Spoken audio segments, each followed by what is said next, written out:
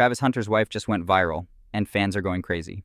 A video of Hunter's wife refusing to kiss him during their first dance hit social media this week, pulling in over 30,000 reactions and sparking major debate. Some fans are questioning their relationship, especially since reports say they didn't sign a prenup, despite Hunter's recent NFL draft success with the Jacksonville Jaguars.